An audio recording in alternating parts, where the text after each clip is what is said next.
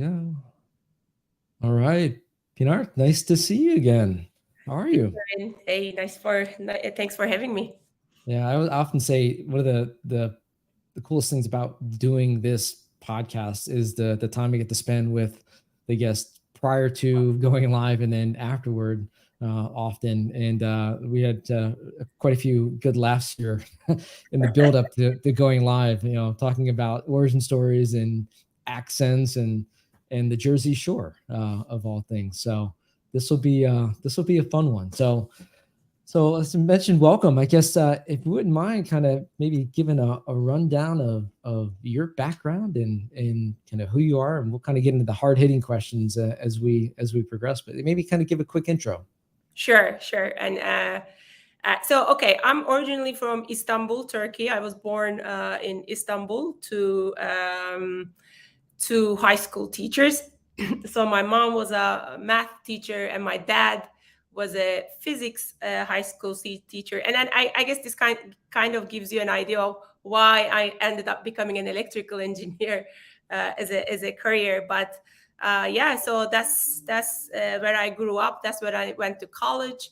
And then after college, I came to the United States for graduate school and then stayed. So I've been in the US for like 25 years on and off. Like I lived in London for 3 years, but Wow. yeah. Yeah. And you mentioned you spent some time out on the West Coast and obviously Right. back on the East Coast, and we'll kind of get into that. But I was practicing this. You're kind enough to try to get me through this. But the university in Istanbul that you went to is Boğaziçi. Boğaziçi University. So Istanbul sits on top of two continents, right? Both Asia and Europe, and it's divided by this strait called Bosphorus Strait. So the Turkish name for Bosphorus is Boğaziçi. So there's a university right on the Bosphorus, like by the water. It's one of the oldest and most, let's say, well-known universities in Turkey. So that's where I went to college, Boğaziçi. Yeah. We awesome. Use Latin alphabet, but we have many more letters than in English.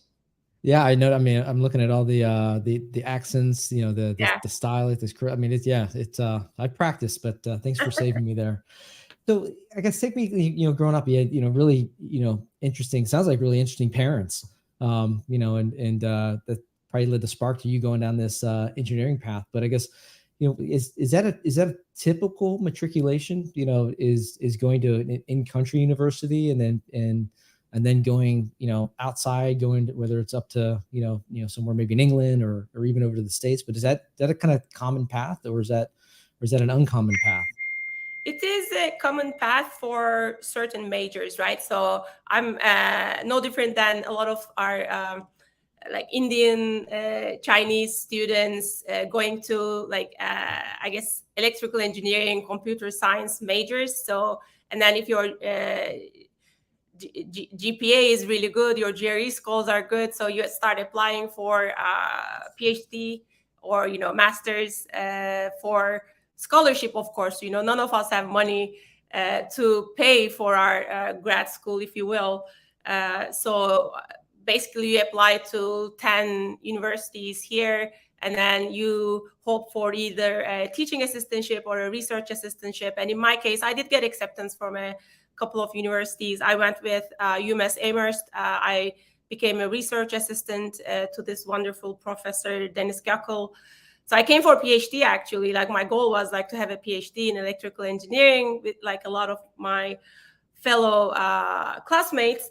But after master's, I actually got plugged in by a startup CEO who heard from my advisor, I have this really great student and so on. And I was offered so much money in Boston. This is the heights of the this startup world in the early 2000s, where people were selling their companies to Cisco so literally I left school after having my master's and started working as a systems engineer in this startup. That's how it all started for me. So, you think of a city like Istanbul, and it's very, worldly, right? I mean, it's multicultural. I mean, it's a hub, right? I mean, it's an incredible. I haven't had the fortunate experience to travel there yet, but everything I've heard or known about Istanbul in general is that it's a major metropolitan, very diverse background. But starting there and then coming over to UMass Amherst, Boston, was there any type of cultural shock or anything like, oh my gosh, now I'm in New England with New England weather or anything like that? That was like, what am I doing? Now there was quite a shock actually, because so Amherst is not Boston, right? Amherst is such a small town. It's beautiful, but it's like, I don't know, anybody who's not a student is kind of either in the service industry or they have cows, and like it's a quaint New England town, but very small. When the wind blows, you can smell the cows. And so for me, it was a huge shock because on the weekends, you didn't even have any buses. Like everybody drove, right? And in Istanbul, it's kind of like New York. You have a huge public transportation. And I didn't have a car. I didn't have a US driving license. And then one of the other funny things for me was coming from Istanbul again, like everything shut down at like 1:30 a.m., right? Like people were militant about like, hey, after 2 a.m., absolutely no bars and clubs. In Istanbul, nothing ever sleeps. And the other thing was I mean, I'll be honest with you, this 21-year-old to be able to drink or even go to the bars and so on. Like Istanbul is, at least when I was growing up, like, like you start drinking in college. And so, yeah, it was a culture shock, but not in the sense, in a lot of sometimes like people think it's a reverse culture shock. Like I had people asking me, do you have like roads in Turkey or cell phones in Turkey? And I'm like, yes, I do have a culture shock, but not in the sense that you think I do, Right. Oh my goodness. So you're UMass Amherst, and it's obviously that's an incredible, prestigious, university, and kind of get through the master's program. You said you recruited. I guess what was that startup? What was the what was that startup trying to accomplish, or what type of technology, or what was it? So it actually, unfortunately, went under because the Dev Gupta, who was the CEO and founder, and he was an incredible entrepreneur. And this was his third startup. The previous two, he had already sold, made a bunch of money. But then the third startup, unfortunately, when the world came crashing down, this is 2004, 2005, we couldn't get funding. And then unfortunately, they had to lay off everyone. And that's when I moved to Qualcomm. But coming back to your question, the startup we were providing fiber for performance on coaxial cables. So it was kind of a fiber, like, so on the coax cables, like we were achieving like 1 gigabit throughput, and that's like what we were trying to do. Yeah. So what was the allure of kind of, going into that startup space? Did you look at it like a certain set of, maybe from an engineering standpoint, like certain set of challenges that or some type of code you had to crack to help with scale, or where was your mind? Where were you focused on when you said, hey, yeah, I'm in? Sure. It was interesting for me because my actually my PhD or my research area was completely on channel coding theory, wireless communications theory, information theory, meaning like it was like really a lot of math and simulation, and then how to send these zeros and ones across the wireless channel for your cell phones, right? Like it's actually a miracle. Like you're calling on your cell phone, China, completely wireless. Like something has to happen when you're doing that. And so it's a lot of theories.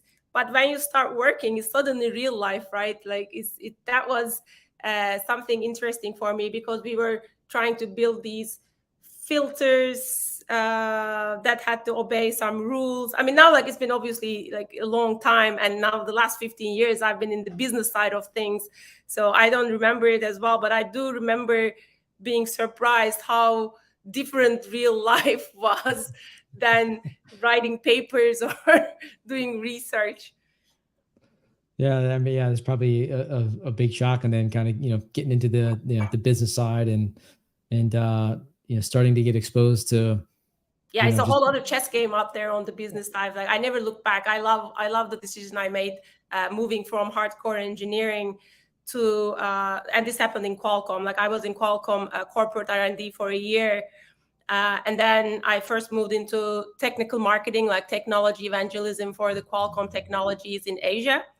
So I've done that a couple of years, and then slowly I moved into more P&L carrying roles, right, where I actually had to sell stuff. And when I made that decision, actually, it was a tough one. So I had a lot of engineer friends like, don't do it. You can never come back, because once you move into the sales and business side, you cannot come back to like being a R&D engineer again. It's tough, right? So it was a big decision I had to make, because after a path that's been so analytical or so academic oriented, moving to, hey, I'm going to do technical marketing, I'm going to do product marketing, and then slowly like be an account manager, or the role that I've taken. So that was a big decision that I made. But like I said, I like, there's a whole other chess game on the other side. Of course, like engineering is really important, and you have to build the products and they have to work, but it's not enough, right? Like the product is just one part of the equation, and then the other part is like, how do you go to market, how do you sell it? And like there's a whole other world out there. But I guess you can, in theory, and I'm maybe projecting or assuming, but like, that analytical side, the problem solving side, you kind of almost like, if there's like frameworks or methodologies that you could use that, Yeah. they come from engineering to look at some of these business challenges and marketing challenges and solve them, from an analytical standpoint and progress, right? I'd like to think so. I think, first of all, there's this confidence that comes with, I don't know, like this, like I've solved difficult problems before, maybe in a different context, but also it definitely it gives you a certain way of thinking, certain way of seeing the world, and also being more technical ultimately allows you to understand also the products a bit deeper, right? Like the products that I'm selling or I'm going to market with. And I worked, across different companies on different solutions and services. But the underlying, understanding the underlying technology, I think allows me to get intimate with it a bit better, I think. So yeah, I definitely don't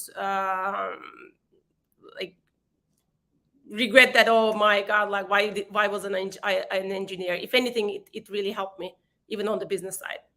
Yeah, it's probably one heck of a foundation. So you're at Qualcomm, right? And then I guess what was kind of the next step of the journey for you, post Qualcomm? So I was in San Diego for 7 years after living in Boston for 4 years, and so at this point, I was based in a North American account, so I didn't have to travel to Asia all the time, and I was associated with Verizon, and Verizon's headquarters is in Basking Ridge. So I was asked to move to New Jersey, and we were talking about this right in the backstage, how New Jersey is a misunderstood state. Because when I lived in San Diego with perfect weather, right on the beach, I wasn't like that pleased that I was having to move to New Jersey, because I thought it was just the Garden State Parkway and the factories next to it. And then once I moved, I mean, New Jersey is an amazing state. First of all, it's close to Manhattan. Mm-hmm. Let's not forget. But also, it's so green, and I love nature. I love outdoors. There's so much to do. And of course, you have the beaches. And yeah, so long story short, though, I moved to New Jersey with Qualcomm. And in fact, I didn't want to go back. Like once I was on the East Coast, I think from a lifestyle perspective, it's closer to Istanbul time-wise, 7-hour time difference versus 10 hours. My parents are still in Istanbul, and flights are shorter. So I wanted to stay on the East Coast. Then I moved to another startup after Qualcomm for 2 years, and that got bought by a private equity firm. And then basically at that time I was working with Ericsson to try to do some type of partnership with them. And the guy I was working, Joe Constantine, at the Ericsson side, he was like, Pinar, like, why don't you come to Ericsson and teach us how to do partnerships? Like, because, we also need to grow this muscle. So yeah, that's when I moved to Ericsson to head new partner sales into some of their accounts. And then a year into that, I actually moved to London in 2015 to head the partnerships and alliances team for Europe for Ericsson. Then eventually that moved into a digital transformation consulting business. So I had to build a team of 20 people across like 17 plus countries. So it was a lot of fun, moving from US to Europe, and the attitudes towards work. Suddenly I got 28 days of vacation, which is unheard of in the US. And not only that, they allow you to take like 2 weeks at a time, right? And nobody like rolls their eyes like if somebody takes 2 or even 3 weeks of vacation, because it's just what people do. Yeah. So that was also a shock. But yeah, so after Ericsson 2018, I came back. And then since 2018, I've been in the startup world ever since, for the last 5-6 years. So but I think often people don't, or maybe they underappreciate or undervalue is, having the experience in both kind of the startup world and, in these large businesses, these skill businesses, and you're going into, some of the largest companies, on the planet, right? I mean, talking about, Qualcomm and then Ericsson and, touching Verizon, what have you. I mean, so do you see that as a, another MBA or postdoc or PhD in business, getting you prepared for, where you are now with Timus? And we'll certainly get into Timus, but do you see that as part of the journey or part of the education? 100%. I think the larger companies give you a lot of education around how a baked process looks like, how a well-functioning engine, like well-oiled engine looks like. But with that, there's also the cons, right? Like everything is slower. It's a big ship, and trying to steer or make changes becomes more difficult. And on the startup, you're much more agile, you're much more flexible, but then there are not enough processes in place that you don't have to repeat things, right? So right. It's but I think my big company experience, if you will, really helped me with what works, what doesn't work, and while not replicating the bad parts, you can still like try to emulate some of the good parts that are working well, that works well in a larger company, and replicate that in the startup world while still maintaining that young spirit and the agility. Yeah, there's a really interesting dichotomy there, because similarly, right? I mean, I kind of started in the startup world, and then fortunate to have companies acquired and being exposed to running platforms or organizations at scale, but then coming back, it's almost like this, I don't know if it's left brain, right brain, it's probably not the right analogy, but there's almost like this struggle battle between processes and operational efficiency and managing at scale and structured workflow versus all right, what are we doing today, right? How are we changing the world today, and how are we going to be agile? And it's like it's very it's very rare, like that personality succeeds in both dynamics, right? And I think the ones that do tend to build the best companies in the world, in my opinion. I mean, I can't include myself in that, but I don't know, any thoughts on that? Yeah, I mean, one thing that I can tell you is to be able to succeed and thrive in a startup, you have to be okay with ambiguity. And in fact, you need to love it, right? Like every day is a different excitement, to put it mildly. So yeah, like you need to be comfortable with ambiguity, and you need to be really a proactive person. Like if you're like waiting for your operating procedure to be like tell you what needs to be done, and only you do those things and not the others, like you're not going to succeed in a startup world. Some of the things that you take for granted in a larger company, well-defined roles and responsibilities, and like, hey, you know what the heck you're supposed to do. In a startup, you need a different type of personality. Like you need to be a self-starter, really proactive, and go like above and beyond what you're supposed to do just for the heck of it. That's like exactly the type of people I love working with, like these proactive go-getters that you don't need to micromanage, because in startup, like nobody has time to micromanage everything because there's so much going on. Yeah. Yeah. That's another kind of interesting, I think, dynamic, right? Is that, especially having the engineering degree, or engineering background or disposition, right? Because that's built around process, right? It's built around test and validation and, in progress. And that's a hard thing to do, right? It's hard to kind of turn that switch off and, and then kind of be in that very nebulous kind of startup environment. But if you have that ability to, take that nebulous, and maybe it's mentally, or even if it's, physically put structure around it, then, at least what I've seen, those are some of the startups that have the right foundation, and obviously it comes with the right leadership, but those are the ones that often are the ones that excel, know? And so, I think you really have to be very organized regardless of the ambiguity and so on. Like, I don't like things falling off the crack, because there's still like things we have to do. There's a like stand that we are trying to go to, right? So we have a vision, we have a mission statement, and we have goals. So you cannot like let things go astray and then be distracted by every shiny object, and so you have to be super focused regardless. But at the same time, I think my personality is such that I love ambiguity. I love solving complex problems.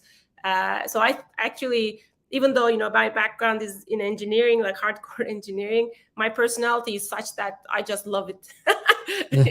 I don't know how to describe it. Hey, it works, right? It works. Yeah. So just you kind of lean into it and and take advantage of it. So let's get into Timus. So let's so tell us about Timus and kind of what it is, where you're going, where it came from. Let's start with where it came from. Let's get into kind of the origin of Timus. Okay, so Timus is a zero trust network security company built by firewall experts. The story of Timus starts actually in Europe as a hardware firewall company. So, we are not a very young company. We are a young company in the US, but in Europe for the last 7-8 years, we've been competing with the likes of, other hardware firewall companies like Sonic Walls and Sophos and Fortinet and whatnot. And when the pandemic hits, we realized that you cannot protect the modern workforce with all the work from anywhere type of environments now with on-prem firewalls, right? So it's simply not enough, because your security perimeter is not just the 4 walls anymore.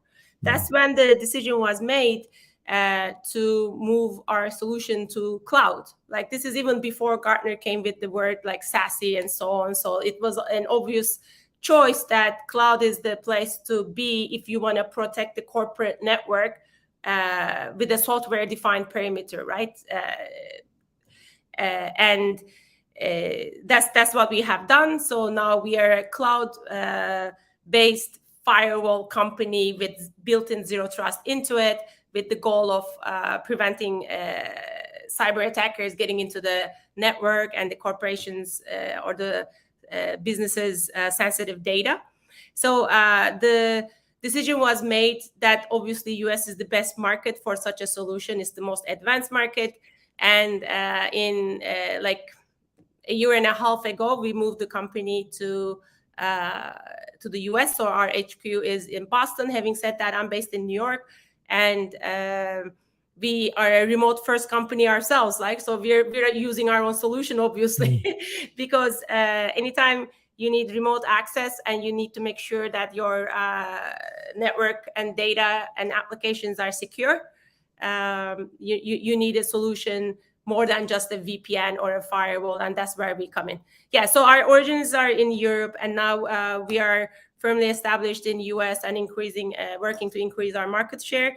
So our DNA, Kevin, consists of 2 things. One is, as I mentioned, we are a through and through network security company, and we know it deeply because we're coming from the firewall space. So some of our competitors are coming the VPN space and doing what we are also doing, but coming from the firewall space, I think something that really resonates with our customers.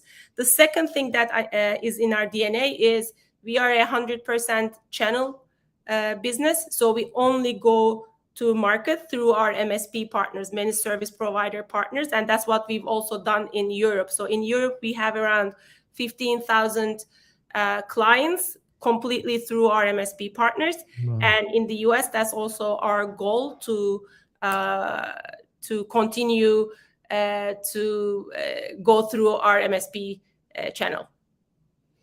So what was it about what was about Timus that was so attractive? I guess I've so many questions about just kind of, jumping on board, and then, Sure. So what for you, like what was it that was most appealing? Was it a challenge? Was it problem solving? Was it, security and the evolution of security? I mean, what was really the driver for you to jump on and take the lead?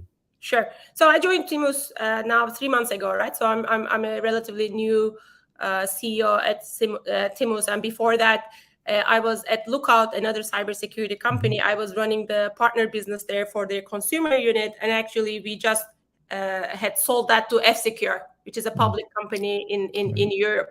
So I was riding high. I was one of the really like main enablers of that, because it's 80% partner business, both Lookout Life and F-Secure. And at that point, the founder of Timus reached out to me, and we started to talk. And after 2 dinners, I swear, like I was convinced and to join the helm, because I was very excited. And there are 3 reasons for it, right? So just like an investor, while they're investing in a company, you look at 3 things. You look at the market, you look at the product, and you look at the team. So if you look at the market, I mean, we're positioned for hyper growth in here. So the zero trust, so the adoption isn't there yet, right? In the small, medium to mid market, like, yes, the enterprises are already more educated. They already started that journey earlier. But in the SMB space, in the mid market, the unavoidable path is that we will replace those VPNs, because simply they are not good enough. You do need a solution where you are never trusting and always verifying before you allow access to your precious resources. And again, like when you talk with MSPs in here, you realize that a lot of them have not made a vendor choice yet. Right. So, we're not like going to them to replace another vendor. It's a lot of the time is greenfield. So the market is really ripe for a product that works. So then I look at the product, and our product is built from the ground up for MSPs. So literally, because it's in our DNA, we built a product really thinking about the needs and the challenges of the MSPs, and not only the solution itself, which is a single pane of glass that hides all the technicality behind that and makes it super easy to use from the MSP's perspective to onboard their clients, to deploy and monitor and manage manage their endpoints, right? It's multi-tenant, obviously, and then you can deploy them in less than an hour. And also like the monitoring, the reporting, like deep visibility into the network. So the product is really amazing. And then the team finally, and Kevin, we all worked for bad bosses, or we all had teams that we necessarily didn't like really appreciate, right? And I swear to God, this is one of the best parts about my current job. Like I love our founder, who's the chairman of the board, and who is one of the most well-known entrepreneurs actually in Istanbul. He IPO'd, he's one of the biggest ISVs in Turkey before. So he's a great mentor, a coach. He knows the space deeply. Like he's been doing this like 30 years, only MSPs. But also my own team, my CTO, like my head of channel in New York. Like all of my team, they're just nice people. I mean, obviously being good at what you do is important, but at my career and my personal philosophy, I mean, we're here to have a good time, right? We're all in the same team at the end of the day as humans. So being kind, being a nice human is important to me. And I'm really happy that with the team that I have, and then the employees at Timus, I think I've got that.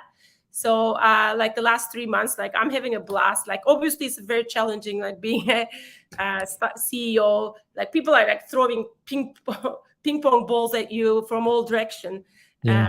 and you have only 24 hours a day, but at the same time, I mean, I love it. That's awesome. Yeah, I mean, having that's just a right team, but a team that gets along and Yeah. that can be so powerful. I mean, there's obviously and there's books written about it. I mean, a myriad of books written about I guess one like the five dysfunctions or five dysfunctions of a team. I forget the name of that book, but I was just talking about it this morning with somebody. But yeah, it's you can have a competent team, but if you have a competent and kind of engaged and Yes. team that's marching forward in the right direction together, that's almost an unstoppable combination. So, what's interesting is you're talking about the fact that there is so much greenfield in this space, particularly the MSPs, right? Because you're right, like this concept of zero trust has been around for a while now, right? And it was adopted by enterprise and kind of moved down into mid market, but there it is. It's still greenfield, and you've had some groups that have come to the MSP space over the last 4 years, 5 years that took zero trust and put it on the map. But it's also now starting to build, starting to mature, right? But to your point, I mean, I'm making an assumption you might have better data on this, but what, 10%, maybe 15% have Exactly. adopted or understand zero trust. And so I think you've had a really interesting, you have a benefit of the fact that people have laid the groundwork, it's starting to mature, and then you do have such a tremendous opportunity in front of you. Is that, I mean, I assume that was part of the kind of your decision-making process, as you mentioned, right? It's timing, the product, the people, but sounds like, a lot of organizations have done the education part of the kind of the front end scaling, Yes. and creating the adoption, and you're able to come in and really with the right solution, right team and objectives, take advantage of that and start to scale. Now, 100%. It's really in the beginning of a new realm, is pulling all the marketing budgets from different competitors, right? Because we're all trying to educate the potential customers and the channels. But to your point, thankfully, a lot of that work had already been done for us. So, and don't get me wrong, we still are having to educate why there Sure. is a zero trust and why it's needed and why it's urgent. It's not something that you wait until something happens, then it's too late. So the education uh, still sometimes needs to happen to create that urgency and the need. But having said that, yeah, a lot of that work thankfully had already been done by the larger players, by some of our competitors who's been here longer. Yeah. Yeah. So you're now getting your feet underneath you. You're said what, month 3 or something like that. Yeah. Are you able to project out over, call it 2 years, 3 years? What are your objectives? What do you think Timus looks like in 2 or 3 years? So what I really hope is that we are a company that is really known and loved by our MSP partners because we did right by them. So, not only I want to create the right brand awareness, but also create a brand awareness that has very good associations with it in terms of the product, that it works, but also the support piece, right? Because that's another thing that is really important for us because we are a purely monthly SaaS company. Kevin, so we don't force people into like multi-year contracts. And what this means is churn is very important to us because people just might churn like after, so if we don't do our jobs well. So my hope is that in 2-3 years we have a decent market share. We are a known company. Obviously, from a revenue perspective, we'll go to an investment round and so on. But more than anything, like we want to build something that people love, like the MSPs and the clients. And we're doing something. We're in the security space, cybersecurity space. We're on the right side, right? Like the cyber criminals, I always say, like they're the best entrepreneurs. Like there's so much money on it. ROI is amazing, and these guys, like they're using generative AI also. Like they're like also top of every technology. So we are fighting the good war on our side, and my hope is that we build a company and a product that is really useful in what it's supposed to do. Yeah, well, it sounds like you're well on your way. So really appreciate your time. I mean, I know you're got got a lot of stuff going on in that busy, bustling Jersey City up there, and getting your feet wet underneath you with Timus. But what's the best way to engage with you and Timus? Where can we find you? Sure. So we obviously go to timusnetworks.com, and you can ask for a demo. You can ask for a free trial. We give obviously free NFRs to all our MSPs who want to try our solution first. We do have some actually great promotions going on too, like right now in Q3. So definitely reach out to us at Timus Networks. We're also in a lot of the conferences. Yesterday, I was in the ConnectWise event in Philadelphia. We'll be in some of the ASCII shows, in DC. We'll definitely be in IT Nation in Orlando. We're going to be in Channel Pro. So, we have booths there. Come to us. But the easiest way right now is go to timusnetworks.com and then drop us a note, and we'll make sure we'll get back to you. Awesome. Pinar, I want to thank you for your time. I mean, it's been fascinating conversation. You have an amazing background. You're doing some amazing things with Timus. I'm really looking forward to seeing you guys, knock the ball out of the park and scale. It's such a, we've touched on it a couple of times. I mean, it is greenfield. It's such a, I think as we progress, you're going to see over the next 6 months, 12 months, this will be one of the focused product categories that every MSP is going to have to start, really investing in. As you mentioned, bad guys are getting smarter. Yeah. They're using AI, and you really got to get to this trust but verify model. And if you don't, you're going to be, hate to talk in these kind of grandiose ways, but it's a major challenge. You're seeing kind of the acceleration and this zero trust framework and where you guys sit in this whole security paradigm is right at the top. So I'm really looking forward to seeing you guys scale and doing great things in the channel. So it's very cool. Thank you so much, Kevin. It was a pleasure. Thanks so much for your time. You got it. All right. Thanks. Bye. Bye-bye. Okay.